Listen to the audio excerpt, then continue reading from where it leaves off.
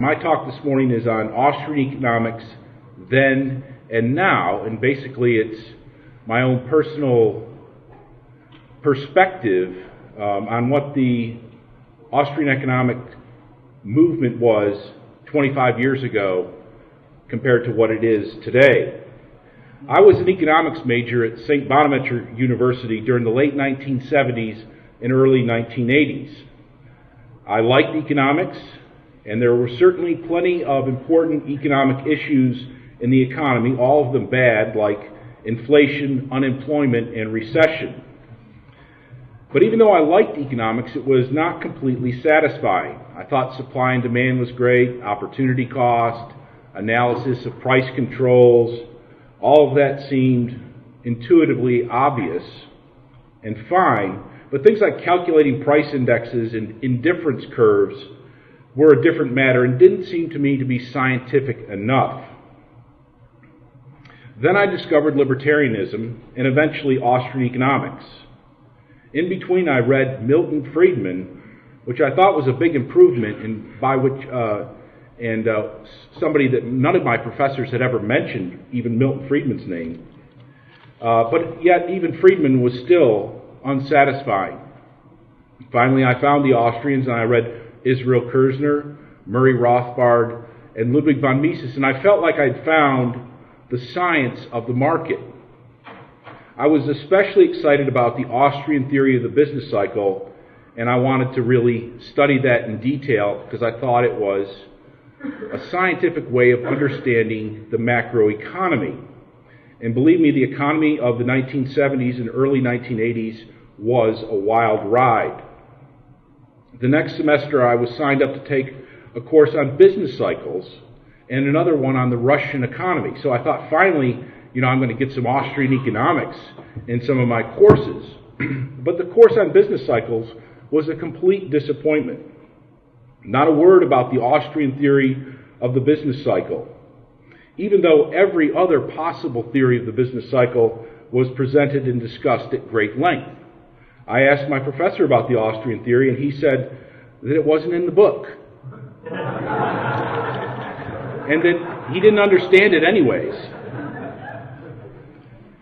The course on the Russian economy was, shall we say, more sinister.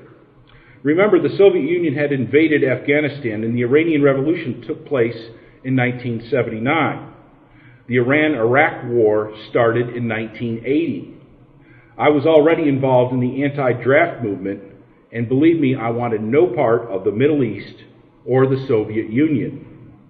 My professor regularly sung the praises of the Soviet Union and its economy. He did show that there were certain drawbacks, like waiting in line to buy goods. But the biggest impression he gave was that the Soviet Union was becoming progressively more powerful and would likely take over the world. Every week he would hand out copies of articles from magazines that would display comparisons between the United States and the Soviet Union, and between all NATO countries and all Warsaw Pact countries. I'm sure you might remember some of these. The charts would represent the size of, say, for example, comparative armies. If you had 10 divisions, you got one little toy soldier. So if a block had 45 divisions, you'd get 4.5 little toy soldiers in the chart. One week it would be nuclear weapons. The next week it would be tanks and artillery pieces. Then we would see, the next week would be aircraft carriers, followed by nuclear submarines, and even things like the amount of farmland or oil reserves. And of course, in each case, the Soviet Union and the Warsaw Pact countries would be made to seem superior.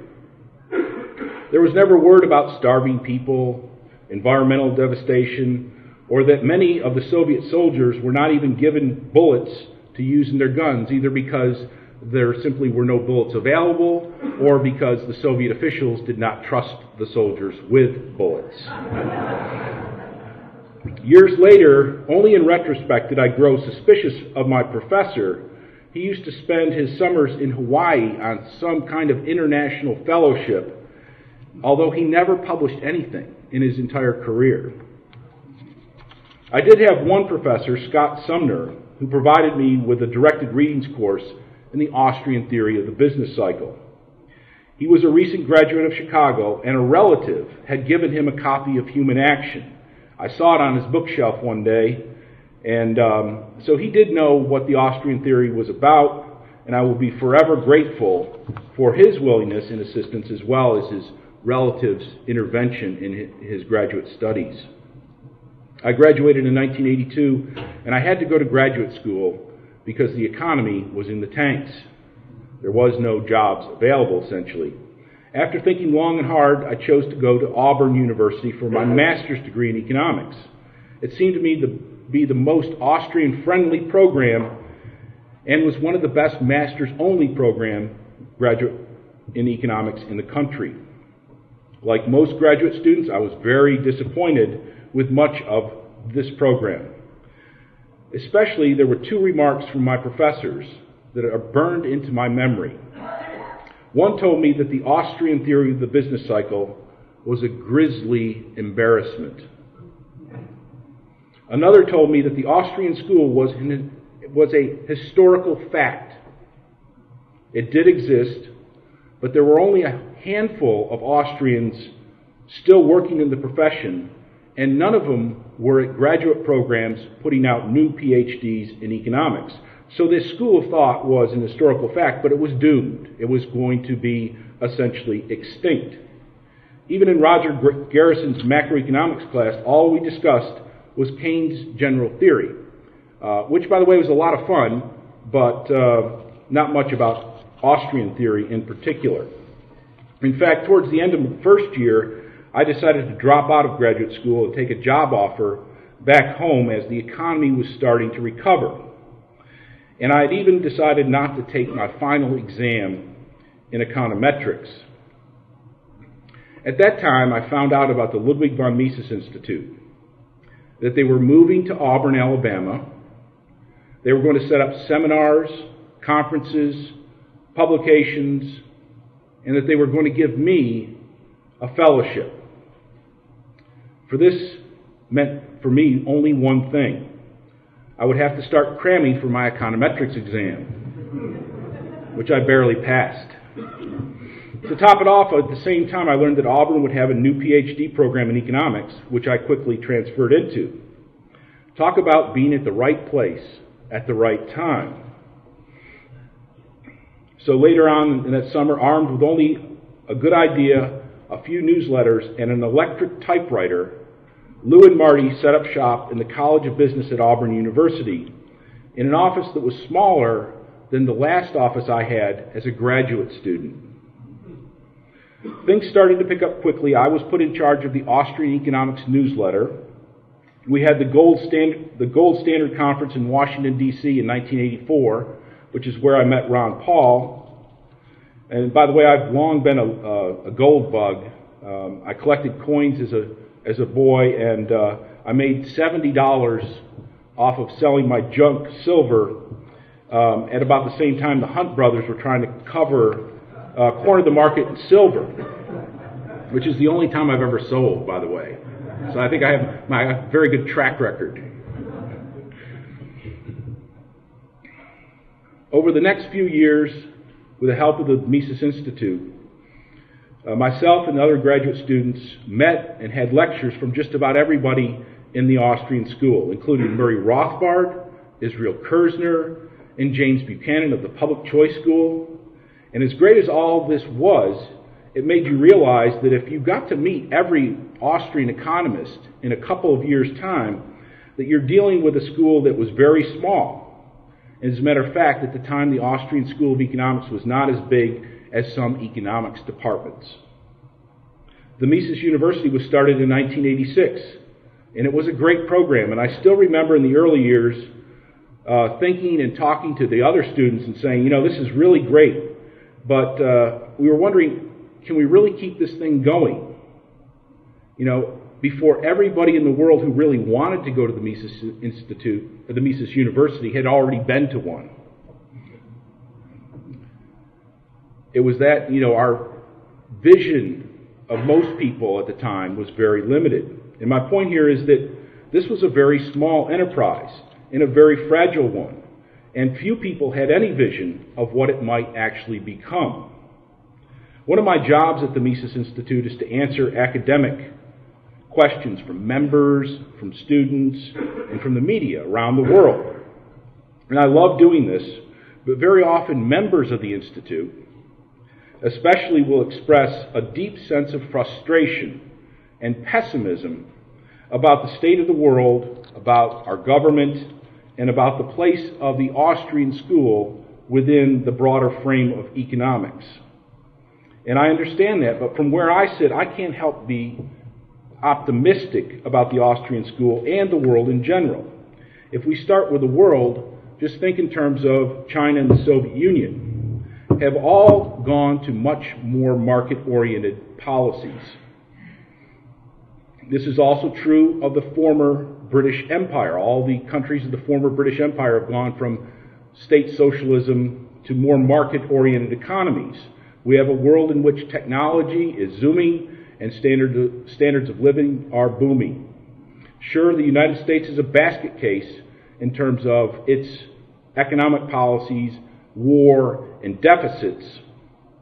Sure, we have a president who appears to want to speed the day of our national bankruptcy, but the funny thing, not funny ha-ha, but the funny thing is that people around the world seem to understand this. In fact, it's gotten so obvious that our policies are so insane that even some Americans are beginning to recognize it. So I think that's all to the good.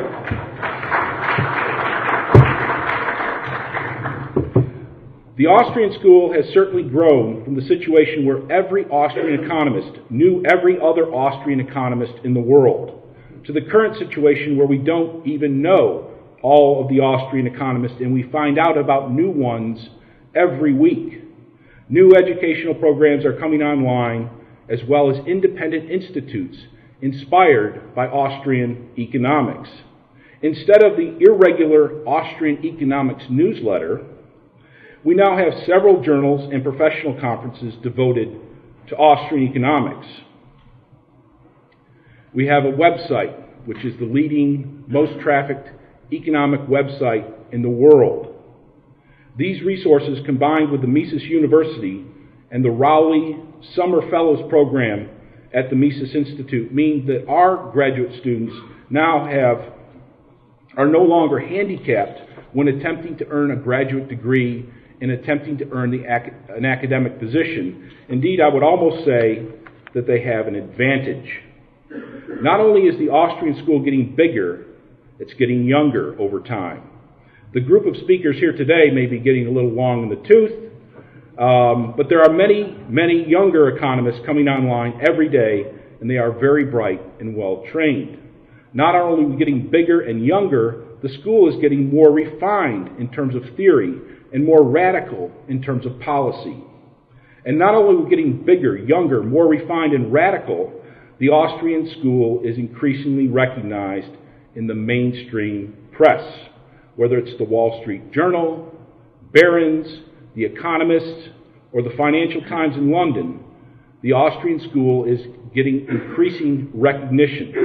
For example, John Dizard, the senior economics columnist of the Financial Times, said recently that, quote, the only good research on the real estate bubble is being done at the Mises Institute in Auburn, Alabama.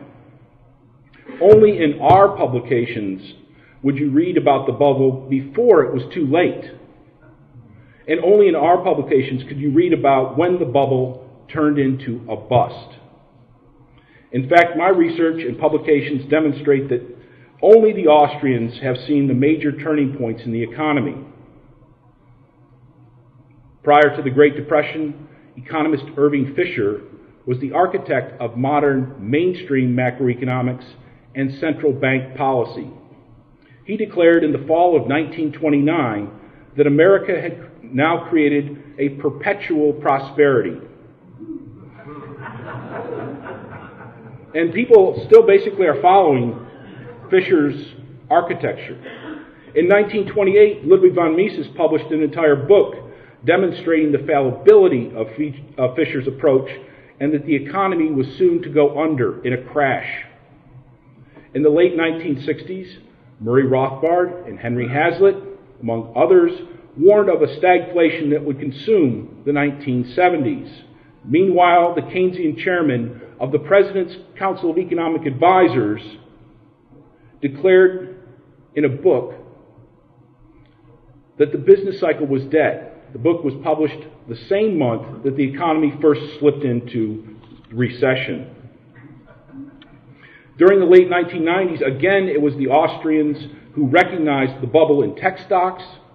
A good dozen Austrian economists published this in print and warned of the inevitable implosion that was poised to happen.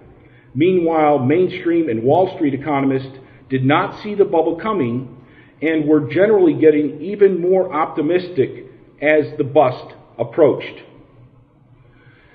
So, in all of that research, I finally had the opportunity to study and apply the Austrian business cycle theory that had so turned me on in the late 1970s.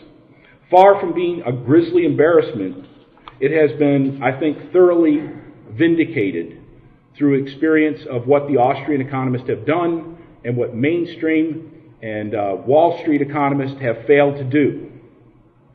So I want to thank all of you. I want to thank Lou Rockwell from snatching me from the grasp of a normal life and allowing me to live out all my dreams. Thank you very much.